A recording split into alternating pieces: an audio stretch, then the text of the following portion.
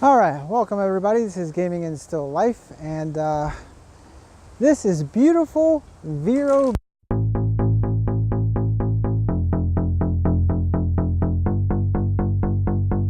Welcome to Gaming and Still Life. This is your host Rich, and I'm trying a new little prop today. I sold my Samsung Odyssey. I really didn't plan on selling it that fast. I priced it on eBay at $300 that somebody was going to buy it. You know, especially when like the headset at that time was $299, but somebody bought it. In retrospect, it's kind of a good thing because from one of the most advanced headsets that's coming out this year, the Valve Index, it's got the same resolution as the Samsung Odyssey Plus. And it doesn't just have that, but it has a bonus of a lattice that it uses on a sub-pixel level to mask the screen door effect, and it does a really good job of it. In all my videos I usually point it out, and I'm very happy with it. But I almost got a Reverb, and I'm kind of glad I didn't, because now I'm starting to hear their car coming. Yeah, now I'm starting to hear reports of green tint on it. Something about Mira. From what I understand of Mira is when the colors in like a solid color, it's not perfectly uniform. So like it almost looks like the colors like faded or something like that, maybe. I don't really understand. I always thought Mira was when you look inside your headset, you can see this faint like screen that's always there, persistent. It's always in front of you. And I always thought that was what Mira was. If anything, I don't know what that is. But something very interesting is when I got my Samsung Odyssey headset back, and I think this is really important because I truly do feel like the Samsung Odyssey is the headset to get, but I want to give you an example. When I got my headset, the Trackpads weren't working, like at all. So I finally did figure out how to do it, but like it was a lot of work. It was a lot of stuff we had to do to figure it out. I had to basically go back to an earlier version of SteamVR for Windows Mixed Reality, and that seemed to fix the problem. But what gets me is that they didn't come out with a solution until a week later. A week, people were complaining that their trackpads were not working at all, and they didn't fix it right away. Isn't that crazy? Like if that would have been like the Vive, HTC Vive or something like that, they would have fixed it like that within hours. It took a week to fix it. So that's something that you have to realize, is that we're almost second-class citizens on SteamVR. So it's a small team. Hello, how are you? Hello. It's a small team at Microsoft, and they only have so much manpower that they can do something like a update fix. So another thing is, I've heard reports that people are saying after the last update, that they're complaining about a softer image. Now, something I never seen in my Samsung Odyssey before, and I remember it was a big complaint of mine in the Rift. Earlier, remember I was telling you, it looks like a permanent screen, like a real fine screen. It's about like this distance from your eyes, and it's really fine, and it's not screen door, because what I consider screen door is when you're looking like at a solid color and you can see like the black in between the individual pixels. That's what I consider screen door. This is different. This is like the same, it's almost like it's a faint like screen mesh that it's in front of you. And I've never noticed it before, and I used to notice it all the time with my Oculus Rift. And then when I got my Samsung Odyssey, that was like gone, no more. But now, ever since I got this other headset, I have noticed that I can see that faint haziness of screen, and everything on like the Steam page and stuff like that, it does look a little lower res. Now, I don't know if they did that intentionally, or I don't know if it's just in my head, but I think I would have noticed that faint screen. I think that's what I consider Mira before. And now, ever since I've been looking for black smear, now I find it. I find it all over the place, especially with games that are dark. But something that I do appreciate with the Samsung Odyssey is that it's an OLED screen. And OLED screens are basically going to go bye-bye because all the newer headsets coming out are all going to be using LCD screens, exception for the Quest. But if you look at the pattern of all the headsets coming out, they're all going to LCDs. And LCDs are nice and all, but they're not going to give you the richness of color. Never going to give you the richness of color or the blacks that OLED has. Now, you're going to have to put up with smear? Yeah, but I don't really mind it. The only game that I do mind, that I do notice a smear or a dark smear, is in standout. Games that are fast-paced and stuff like that, I do mind in there.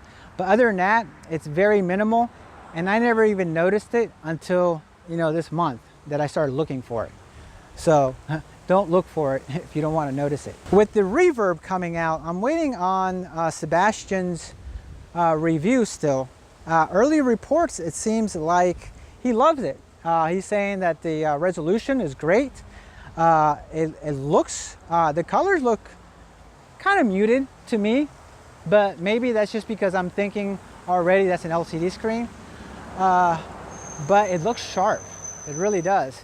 Now, hopefully the complaints that were experienced by Ars Technica, and I think it was Road to VR, they experienced a lot of problems with the headset that they got from HP Reverb, and with the follow-up replacement headset, they also had the same problems. So I'm kind of glad that I didn't jump on the bandwagon. And one of the reasons I kind of was reserved about it is because they want me to pay $600 for a Windows Mixed Reality headset with the old tracking style and the old controllers. So basically they want me to pay a premium price for last gen tech and maybe some new screens. I think the HP Reverb is going to be the prime candidate, especially save your pennies, put like $400 away if you really want this thing on Black Friday. That is going to be one of the headsets that I guarantee you gets put on sale. I think out of all the newer headsets coming out, that one's going to be the first one to go on sale. I love my headset, and it's the best OLED headset for the money. You can easily find them for $299 when they go on sale, or Amazon usually has them for around $350. That's where I got mine.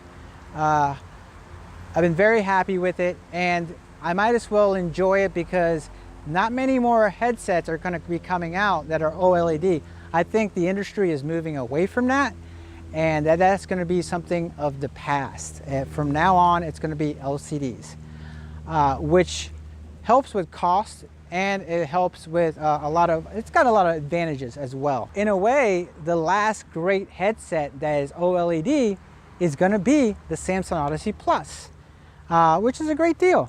But you have to watch my videos and see for yourself if I'm having a fun experience, and if you think that that translates to you having a fun experience.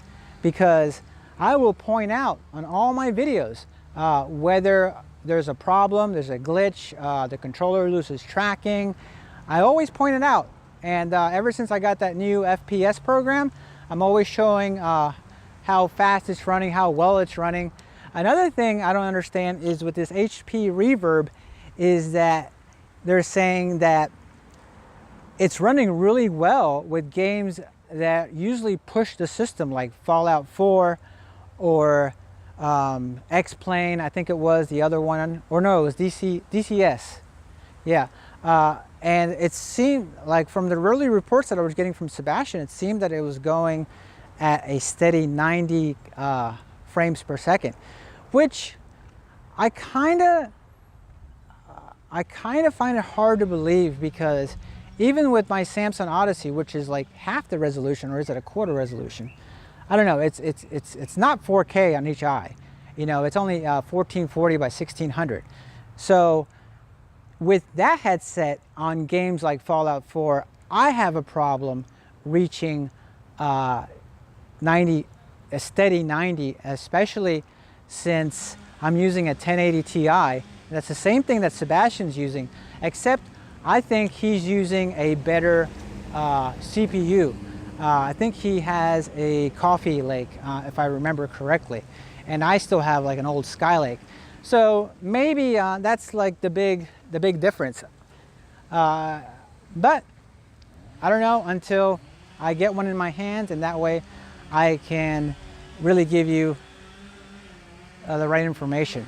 But I will probably never get one until it goes on sale, or until I make some money to be able to afford it, because it's expensive to be able to buy all these headsets. I am getting the Oculus Quest. It should be here, I think, in a week and a half, something like that. And I am getting the Index. I was fortunate enough to be able to get in on the first round, and I should be receiving that headset, I think, at the end of June, hopefully, if everything. I know they pulled the money out of my account already. Hopefully this headset won't be a disappointment. I'm thinking that there had to be a reason to put a dual lens setup in there, and hopefully that gives them the advantages that they've been looking for. Yeah, I got chainsaws working in the background now. I think I made the right choice. You have to pick what headset is right for you. And I wanted to get a Oculus Quest because I really do feel that they're going to do some amazing things that aren't just game related, but social related. And they're going to do some amazing stuff on the Oculus Quest. And it is going to be, in my opinion, something revolutionary. But I guess we'll have to see, and we'll find out. I got the Index because it's Valve, and I wanted a competitive headset with that kind of tracking for a lot of my first-person shooters that I want to play. And in games like that, it's very important that you have perfect, or at least as perfect as you can get, response and tracking. And that's going to be a game changer, because we playing at 120 hertz or 144 hertz in a competitive game against anybody else who's playing at 90, we are going to have the advantage. We're going to get the shots in first, we're going to be faster, and we're going to dominate more. So that's going to be a huge advantage. And people say, well, like on a computer, you know, it doesn't matter if you're gaming at 60 or if you're gaming at 144 hertz. It matters of the skill of the player. I think in VR, it's a little different. I think it gives you a lot more of an edge than we realize. But I guess we'll find out, and I will report as soon as I find out, and I hope you guys enjoy some of my coverage.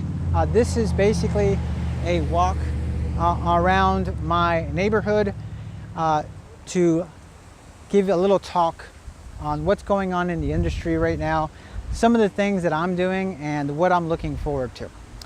Thank you very much. If you liked anything in here, give me that like. If you didn't, don't worry about it. And if you subscribe, we'll be together for a long time. Thank you very much. You guys have a great night. God bless.